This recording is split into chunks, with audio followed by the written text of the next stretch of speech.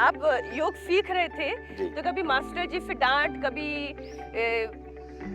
झाड़, कभी कुछ ऐसा होता था? नहीं, ऐसे तो योग के शिक्षक हमेशा स्नेह से सिखाते हैं, लेकिन मैं एक तरह से कुश्ती अखाड़े इस सब में गया हूँ, तो गुरुओं की आज्ञा का पालन करना मुझे अच्छे से आता है। तो आमतौर पर मैं सबका प्रिय रहा हूँ, मुझे इसकी जरूरत नहीं पड़ती। अच्छा, कोई बचपन का किस्सा ऐसा सुनाइए ना, योग से जुड़ा हुआ, या कभी कोई एक ऐसा आसन हो जिसे करने में बड़ी परेशानी आ रही थी क्योंकि ट्रिक पकड़ में नहीं आ रही थी। देखो, इसमें सबसे कठिन आसन है हमारा मयूरासन। मयूरासन। मयूर में खास बात यह है कि मयूरासन में मयूर मोर का जो आसन है जी, मोटे तौर पर मोर के भोजन में सर्प भी होते हैं, सांप खाता है। बिल्कुल होते हैं। और सांप है, बिच्छू है, वो बहुत आराम से खाता है, लेकिन खाने के बाद उसकी जो शारीरिक बनावट है, वो शारीरिक बनावट उसको भगवान ने अपनी जठराग्नि के ऊपर उसका सारा वजन आता है, तो वहाँ से मोर का वजन पूरा दोनों पैर पे आने से वो जहर भी पचाने की ताकत आ जाती है। तो ये केवल जठराग्नि से, अपनी ताकत से, अपनी पाचन क्षमता बढ़ाते बढ़ाते हमारे से कुछ ऊंचा नीचा खाने में आ जाए, वो सब बहुत आराम से बैलेंस हो जाता है। तो आप करें।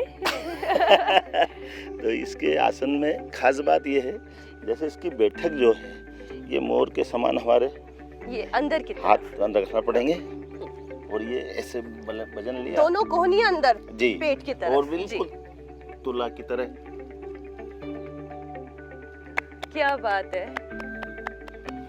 ये हमारा बैलेंस, ये मोर हो गया जी जी। और मयूरी, मयूरी का चूंकि पीछे के पंख उसके कम होते हैं, मोर के ज्यादा फैले हुए होते हैं, तो मोर का थोड़ा सा बैलेंस अलग टाइप का, तो मयूरी का इसके उल्टा।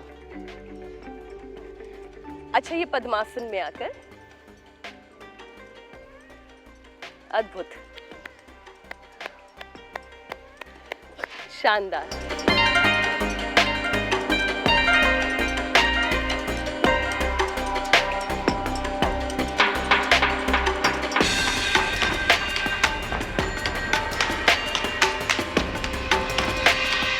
ये हमारे साथ क्या है, हमारी रचना में खासकर नाड़ियों की जो रचना बनी है जी, ये नाड़ियों की रचना से हमारा सारा मूवमेंट काम करता है।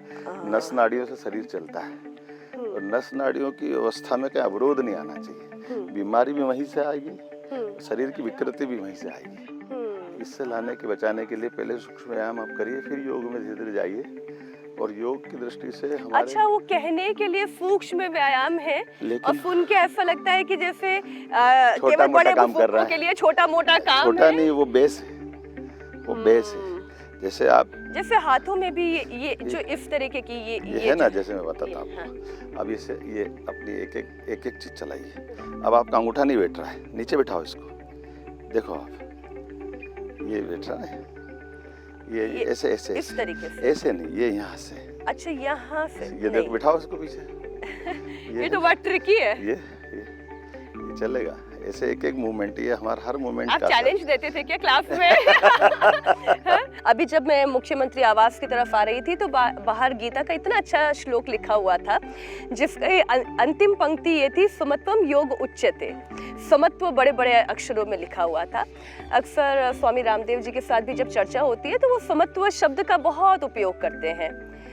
राजनीति में आना और फिर उस समत्व भाव के साथ फिर काम करना, ये इम्पॉसिबल नहीं लगता है? नहीं, ये बहुत सामान्य बात है। कैसे सामान्य है? आप बताइए, मैं अगर सेना में जा रहा हूँ और हथियार की मार से मैं अगर प्रेम नहीं करूँगा तो फिर मैं काहे के लिए सेना में गया? लेकिन सेना के समय की गई हत्या और सामान्य समय किया गया अपराध, दोनों में अंतर तो होना चाहिए ना।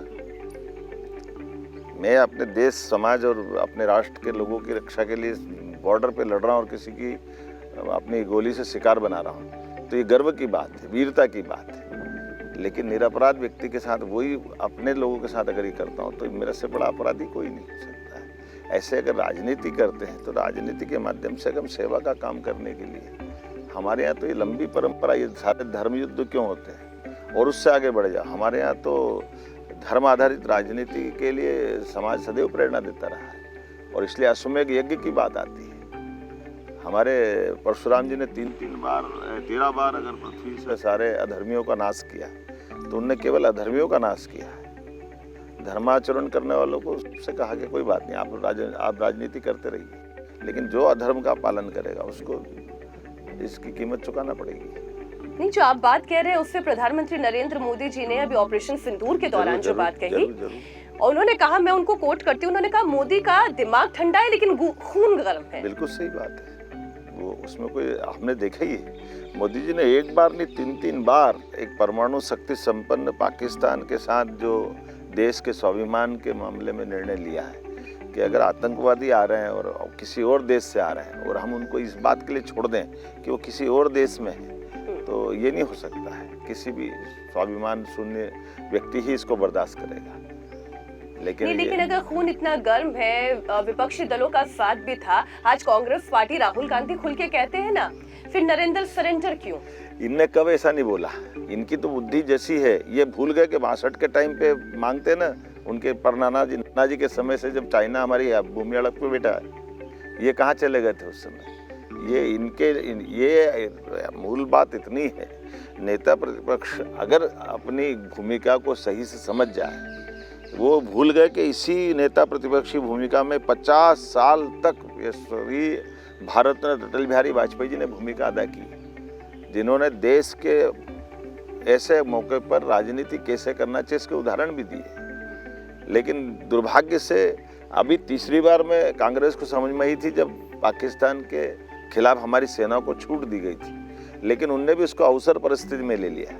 दोबारा नरेंद्र सरेंडर की बात करते करते इसी मध्य प्रदेश की धरती पर आकर के उन्होंने अपने राजनीति 20 साल से मध्य प्रदेश की धरती से कांग्रेस बाहर है, तो वो राजनीतिक जड़ जमाने आए थे। ये जड़ के जुमले हैं, लेकिन जड़ के जुमले ये संस्कार से आते हैं, ये स्वार्थ से नहीं आते हैं। इसलिए संस्कार होना चाहिए। संस्कार में हमने उनको उसी दिन कहा था जब उनकी दादी के सामने पुष्पांजलि करने जा रहे थे, तो वो ऐसे फूल फेंक रहे जैसे पत्थर फेंक रहे हैं और जूते सहित फेंक रहे थे। इनकी दिक्कत ये है कि ये गमले के पौधे हैं, गमले के पौधे हैं, ये जंगल के वृक्ष नहीं बन सकते।